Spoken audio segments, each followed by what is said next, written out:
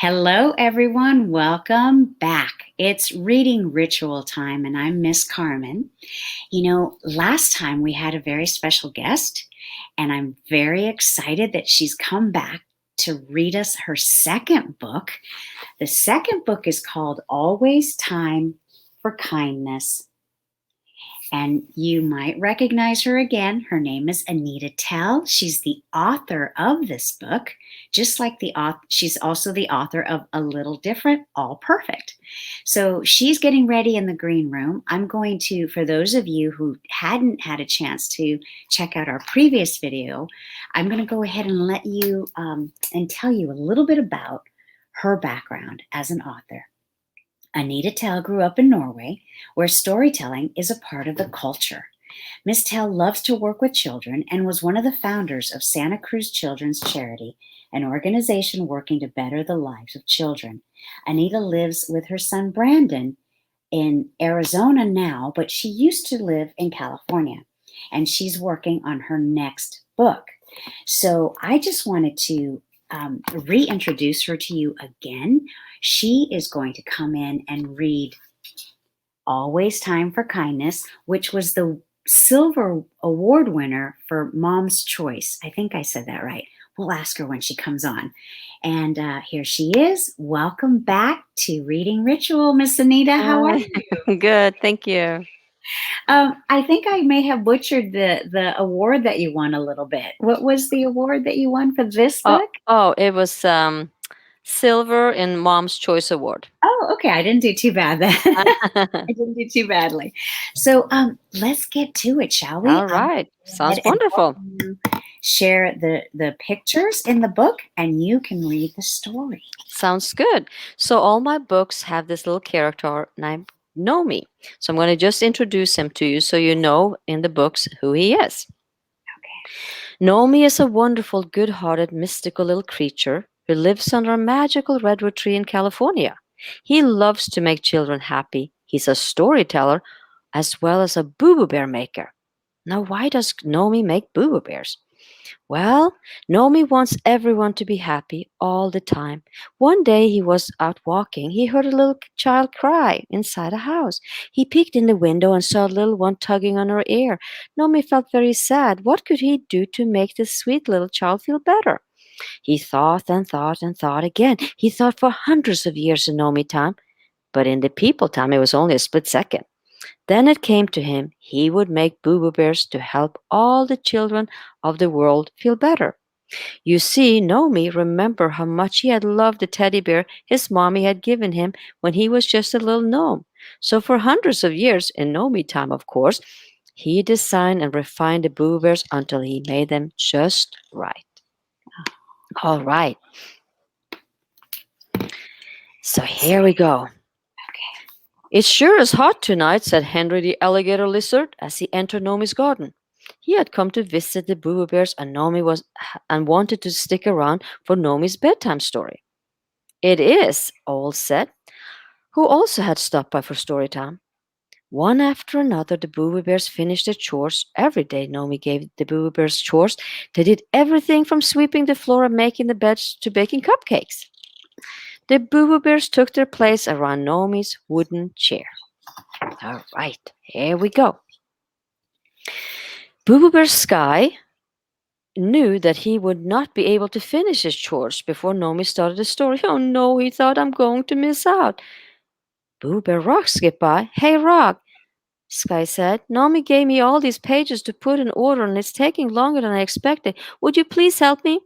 Oh, I wish I could, Rock said, but I don't want to be late for story time. Sorry. If you would help me, it would be done, Sky mumbled.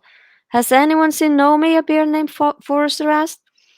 He's helping Sky finish his chore. He said that no one should miss out on the fun, Bluey said.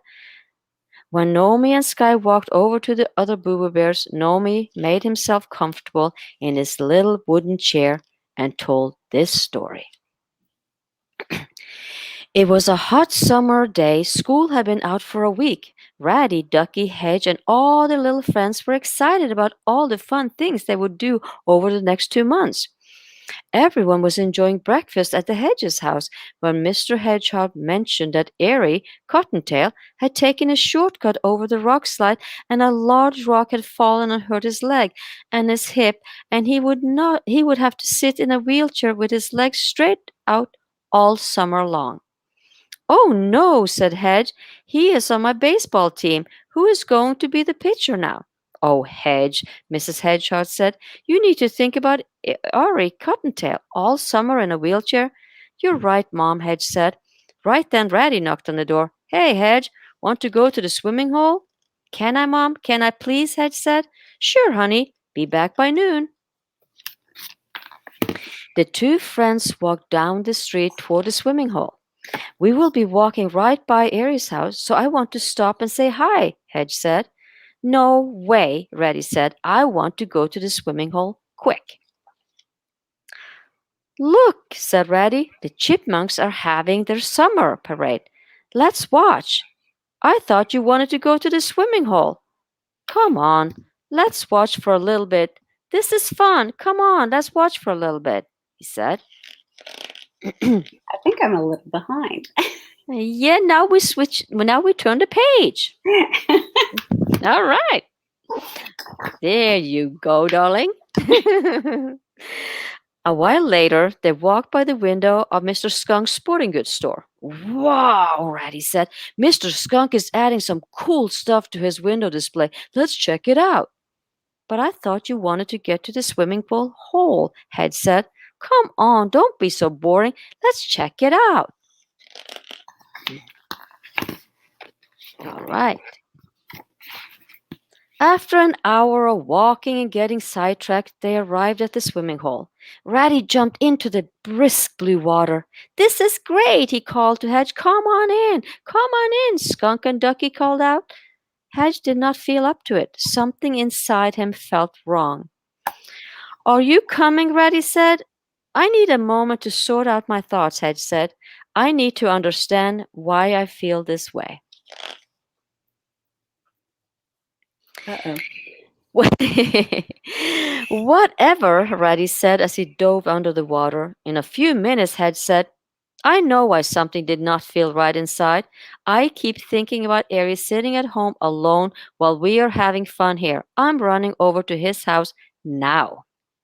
"I'm coming," Ducky said. "I'm coming too," Skunk said. "What about me?" Ratty said. "I don't want to be here all by myself."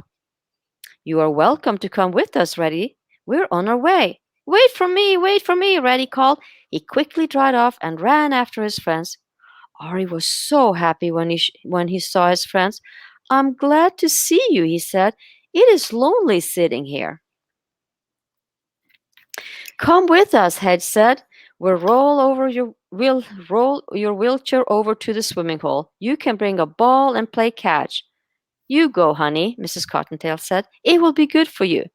"Thank you, guys," Airy Cottontail said. "No problem. That's what friends are for," Hedge said.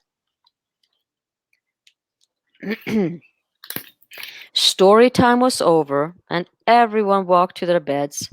Boo Boo Bear Rock walked over to Sky and said, "Hey, I'm sorry I did not help you tonight. I was so worried about missing Nomi's story that I did not think about how it would affect you." "It all worked out," Sky said, "and Nomi's story helped us see things in a different way. Let's get a good night's sleep." They pledged to be friends forever.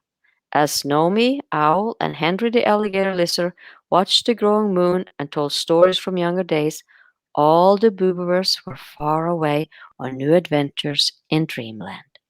The end. Ooh, I was a little off there for a minute, but I That's caught all up. right. You caught up.